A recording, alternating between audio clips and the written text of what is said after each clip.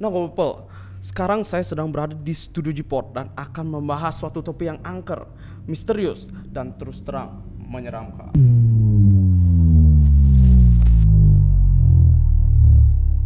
Kalau biasanya kita kan budaya Bali itu orangnya itu pasti ngaben ya, Mas. Dikremasi orang-orangnya. Jadi kalau misalnya kita meninggal, dikremasi. Tapi kalau di desa Trunyan ini, Miss, itu jenazah orang-orang yang udah meninggal tuh dibiarin aja, Miss.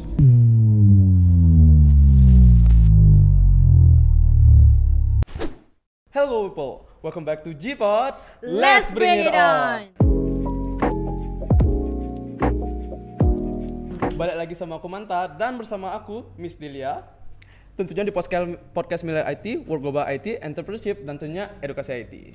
Nah, people, sekarang saya sedang berada di studio Jipot dan akan membahas suatu topik yang angker, misterius, dan terus terang menyeramkan. Karena aku takut sama hal-hal yang tahu nggak sih? Sebenarnya nyeremin tuh kamu, Man. Soalnya misalnya kamu tuh udah serem. Sekarang mau bahas yang serem lagi gitu. Karena wajah saya jelek ya, Miss. Jelek itu gini, bawaan. Bawaan. Karaktermu memang udah serem. Karakter yang saya dapatkan dari orang tua saya. Aduh jangan bahas orang tua dong. Kalau gitu kan touchy jadinya. Daripada bahas orang tua, mending kita sekarang bahas tentang 10 tempat angker yang ada di Bali. 10 tempat angker yang ada di Bali. Gila guys, jadi kalau kalian datang ke Bali tentunya pasti selain kalian lihat pantai, budaya kita, lihat hotel, villa keren, tempat wisata, ternyata tempat angker di Bali itu nggak kalah banyaknya dibandingkan kota-kota lain kan. Benar. Oke, jadi sekarang kita bakalan kupas, cuma banyak banget sih, cuma kita 10 doang hari ini. Oke, jadi pantengin kita terus biar kalian tahu yang mana aja sih yang paling angker. Tapi angker-angkernya di Bali tetap aja dicari sama orang banyak. Ya kan? Karena kalau misalnya kita melakukan sesuatu yang baik, ya akan diingat tentang sesuatu yang baik itu. Tapi kalau misalnya kita melakukan sesuatu buruk, kita harus terus-terusan akan diingat sesuatu yang buruk. Makanya ada surga dan ada neraka. Neraka itu panas, surga itu dingin. Miss lebih prefer kemana? Miss sukanya neraka yang dingin. Neraka yang dingin. Ada di Alaska tuh, kalau misalnya jangan pakai jaket tuh, telanjang di Alaska, nggak neraka tuh, menggigil kayak gitu. Seru sih kayaknya, Miss. Seru, coba aja sendiri. Ntar minta tiket pesawat sama mama lo.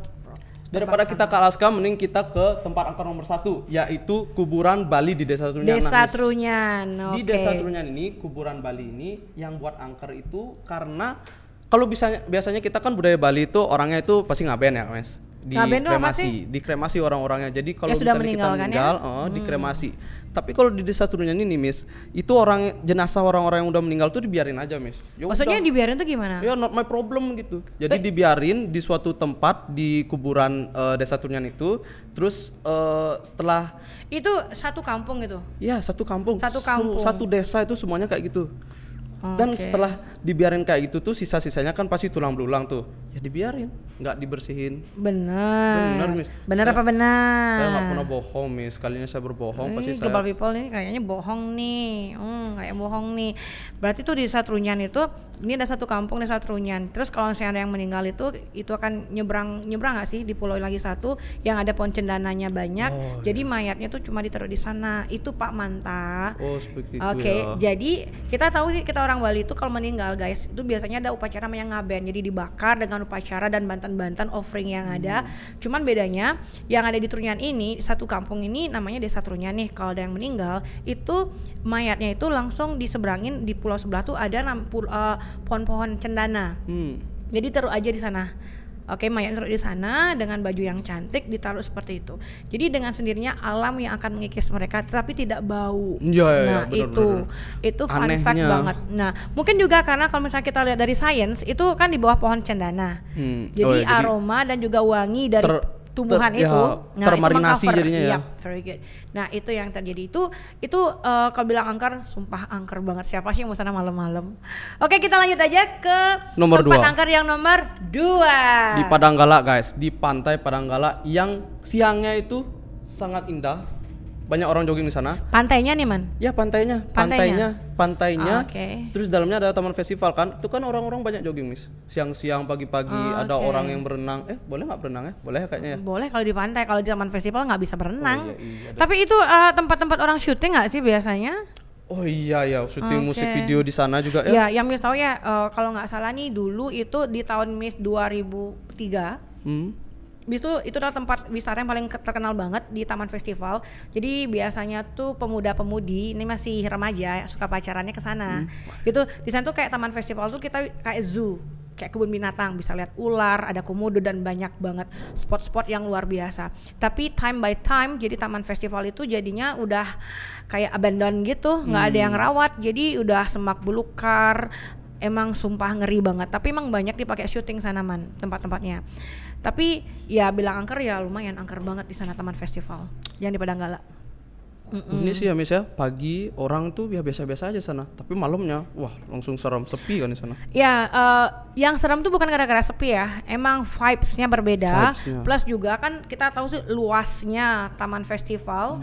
Mungkin juga dulu ada bangkai-bangkai binatang yang ada di sana ataupun ada beberapa kejadian sana karena Taman Festival dulu banget itu kayak emang festival kayak budaya banget, ada sesuatu yang mistis-mistis juga di sana.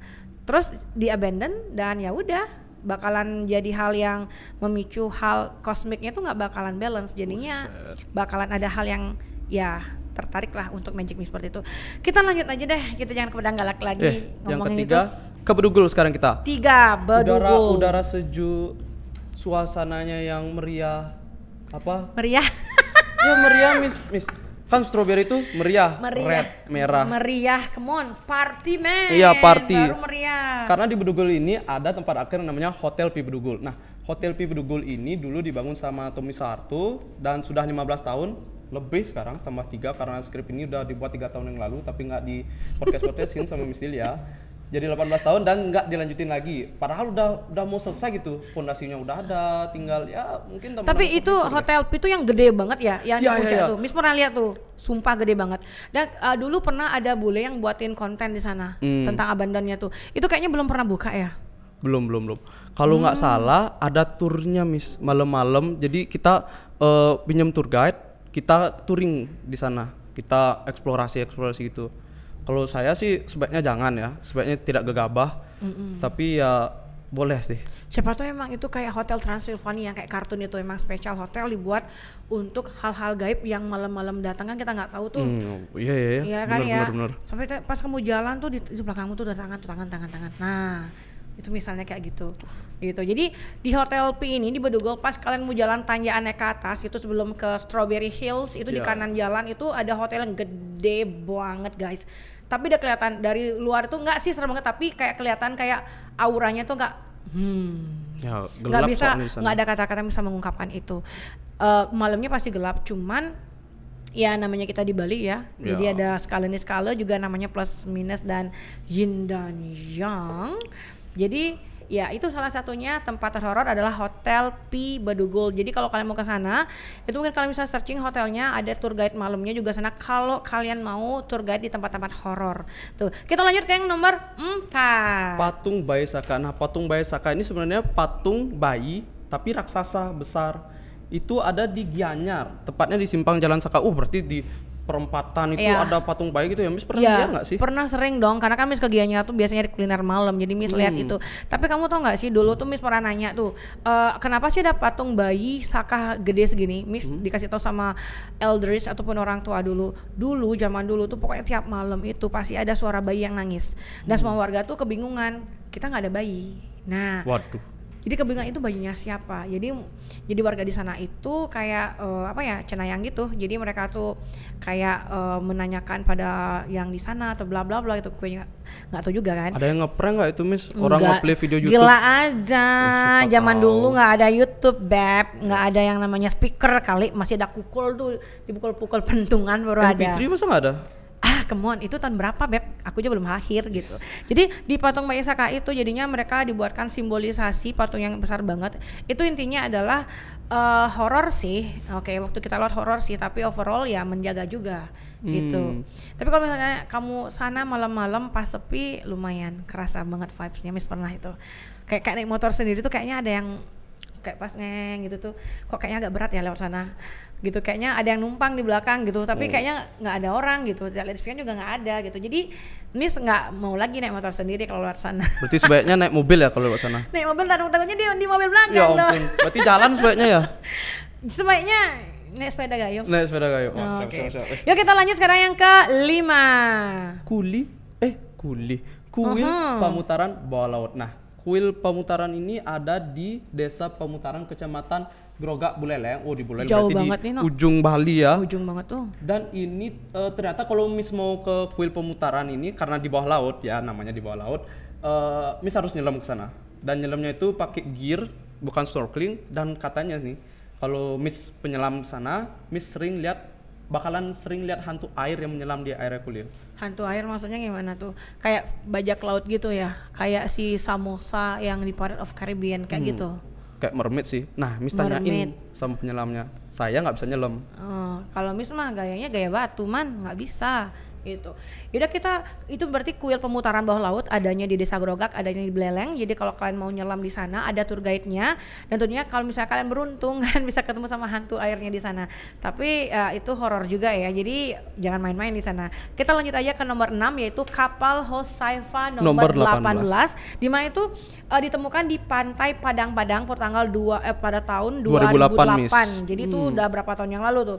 Jadi kapal ini tuh ditemukan oleh masyarakat yang ada sana yang sempat dengan kondisi tanpa kapten maupun tanpa awak di sana. Jadi didiamin aja abandon kayak gitu, lama-lama kok ada horornya tuh konteksnya kayak ada suara-suara aneh malam hari. Terus juga di kapal tuh kayaknya ada suatu aktivitas yang terjadi di malam hari tapi nggak ada orangnya. Di situ lumayan mengganggu warga sekitar yang ketika berjalan ataupun sekeliling tentang ngelewatin kapal itu kayaknya ada yang aneh. Jadi beberapa masyarakat juga sempat melihat ada penampakan yang keluar di sana, ada juga mendengarkan suara orang mabuk ataupun ada bisikan di telinga ketika mereka lewat jalan itu, guys. Jadi itu lumayan banget di kapal Hosaifa nomor 18. Dan kenapa nomor 18? Kenapa nggak 17? Kenapa nggak 16?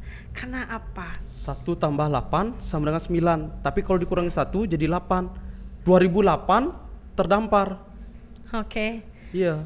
Tapi mungkin kapalnya ini pakai autopilot kayak di Tesla itu, Miss. Di Tesla itu kan ini kita ngomongin kan ini kan podcastnya horor. Jadi hal-hal horor tuh nggak mungkin ada. Tesla ngomongin ini tahun 2008. Saya kan berpikir logika, critical thinking. Oke, guys, kita lanjut aja. Kita nggak usah dengerin Manta lagi. Kita lanjut aja ke nomor 7 yaitu Bounty Beach Club Bungalows.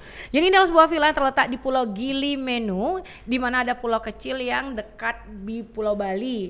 Jadi ini sudah nggak beroperasi dari tahun 2002. Lebih angker daripada kapal Hosaifa. Iya sih. Nah, ini rumor pertamanya menyebabkan penyebab ini hotelnya itu nggak beroperasi di tahun ketika ada bom Bali. Nah, itu bom Bali itu pas masih SMA tuh. Oke, jadi memang dulu kan Bounty Beach Club itu terkenal banget, itu lebih kenal daripada Atlas zamannya dulu gitu. Tapi sekarang gara-gara ada bom Bali, mayatnya ada di mana tuh yang waktu bom meledak tuh, tangan kemana, kepala kemana tuh. Sumpah itu tragedi banget buat kita di Bali, dan itu abandoned beach clubnya. Jadinya karena nggak ada bule-bule gitu ya, nggak ada bule, nggak ada orang, nggak ada kegiatan. Jadi berhantulah, mungkin ada arwah-arwah ya guys yang ketika ada bom Bali itu masih stuck di sana. Jadi itu membuatnya menjadi angker. Kalau ngedit ke sini bagus nggak sih, Miss? Tempatnya sepi, udaranya sejuk. Ngedit boleh, tapi ketika kamu pegang tangan pacarmu, kamu kan merasakan kedinginan. Ketika kamu mau cium pacarmu, ternyata itu bukan pacarmu, guys. Oke, itu jadi siapa? Jadi 2 punya pacar. Lanjut aja kita ke nomor 8 yaitu Candi Karangasem. Karangasem. Nah, dari namanya sendiri udah pasti ini terletak di Karangasem, di tepatnya di Desa Tista. Nah, ternyata Candi Karangasem ini tidak pernah selesai dibangun, dan warga sekitar pun heran kenapa candi ini nggak pernah selesai dibangun. Tapi ada candi tersebut, jadi kayak hotel Pibdugo lah kira-kira. Dan nggak ada yang tahu nama asli candi ini, makanya namanya Candi Karangasem doang. Dan arkeolog udah mencari tahu, dalam-dalamnya menggali semuanya dari tahun berapa, dan emang nggak ada namanya. Entah siapa yang buat, entah siapa yang meninggalkannya, mungkin UFO, Miss, alien. Aduh, kamu tuh ada-ada aja. Oke, tapi yang paling Miss dengar itu di candi itu biasanya tuh banyak orang ngomong kalau pas malam-malam tuh ada cewek rambut panjang baju putih tuh duduk di candi. Pertama mungkin dikira tuh pocong, tetapi itu penampakan wanita di sana. Jadi beberapa orang menganggap itu jokes, mungkin orang orang bercanda, tapi itu beneran seperti itu. Nah, kita males dah ngomongin yang ngeri-ngeri kayak gitu, no. Apalagi ini beneran ngeri soalnya ya. Yang iya, lain jadi Miss gak berani banyak ngomong tuh tentang Candi Karangasem. Sekarang kita lanjut ke nomor 9 yaitu Damongan. Jadi kalau Damongan ini terletak di Jalan Noja, Saraswati di Tonje, dekat sini di Kota Denpasar. Jadi konon dam tau kan dam gini air gitu, memakan korban setiap tahunnya guys, dan korban pun akan menampakkan diri apabila dikendaki oleh sang penguasa. Di main kontrol gitu ya Miss ya. Oh my god. Ini yang buat skrip siapa? Ya maaf Miss. Oke, tapi memang kok yang kita ketahui di Damongan ini yang ada di Tonja ini biasanya tuh kalau misalnya pas ada korban di sana, habis itu juga ya namanya arwahnya mungkin di stuck di sana, jadi akan ada teriakan, tangisan, kadang-kadang bisa menampakkan diri kepada beberapa orang yang bisa melihat saja. Tapi dimanapun kalau sudah ada genangan air, kolam ataupun yang abandon seperti itu, tempatnya seperti sang tak terlihat di sana. Dan juga saat mistis. Pembuatannya ini kabarnya aja, ini kita nggak tahu nih siapa ngasih kabarnya. Kabarnya tuh di Damongan ini tuh pembuatannya tuh menggunakan tumbal manusia itu. Diapain tumbalnya Miss? Ya mungkin ditanam ya, nggak tahu juga. Cuman hal-hal yang mengerikan kadang-kadang kita nggak masuk di pikiran kita, tetapi kejadian juga. Yang terakhir ada yang ke-10 adalah Pura Dalam Jawi di Pulau Serangan. Mantap. Lagi sekali dari namanya ini terletak di Pulau Serangan. Berarti ini pura asli ya, nggak boleh jangan ngejokes Miss, nggak boleh bercanda di sini. Iya, kamu diserang nanti. Banyak ada penampakan di sini guys, katanya ada tentara yang dianggap sebagai penjaga pura. Terus ada dipakai lokasi syuting uji nyali Miss, ya ampun. Miss berani nggak sih? Ayo gas yuk. Enggak deh. Tapi kayaknya kalau di Pura Jawi ini memang horor banget tempatnya. Cuma memang ada beberapa dijadikan objek wisata. Oke, dan juga uji nyali juga pernah datang ke sana. Tapi bagus juga, jadi bisa dipromosikan juga. Tapi memang beberapa tempat-tempat angker dan mengerikan di Bali itu sama dengan tempat yang sakral. Ya, sakral guys. Jadi tidak boleh sembarangan juga, karena kita di sini di Bali itu terutama tuh sangat percaya namanya alam itu harus balance. Skalanya harus balancing. Jadi what comes around goes around. Jadi karma sangat ada di sini. Jadi sakral itu juga harus dijaga dengan baik, bukan dilecehkan ataupun dibuat hal joke seperti itu. Jadi itu ada 10 tempat angker yang ada di Bali yang kita akan review sekali lagi. Yang pertama itu ada di Kuburan Bali Desa Trunyan. Lalu yang kedua, Taman Festival di Padanggala. Hotel Pibadugul. Itu yang ketiga. Yang keempat itu Patung Bayi Saka di Ganyar. Yang kelima itu ada di Kuil Pemutaran bawah laut yang ada di Buleleng. Yang keenam itu kapal Hosaifa nomor 18 sekarang. Dan yang ketujuh adalah Bonti Beach Club yang Bungalows yang ada di Kuta. Yang kedelapan Candi Karangsem yang nggak ada yang tahu namanya apa. Oke, yang 9 adanya Damongan. Dan yang terakhir yang nggak boleh ngejokes dan suci sekali, Pura Dalam Jawi di Pulau Serangan. Oke guys, so itu aja 10 tempat angker yang ada di Bali yang kita review di Global Podcast kali ini. Dan itu aja buat kita kali ini, mantap. Oke, seram sekali ya teman-teman tadi. Emang merinding, tapi nggak apa. Jangan lupa like postingan kita di @globality_podcast. Jangan lupa juga follow, subscribe channel YouTube kita di @globality_tv. Memang seram tapi kita perlu promosi juga. So Miss, see you on the next episode. G-Pod, let's bring it on.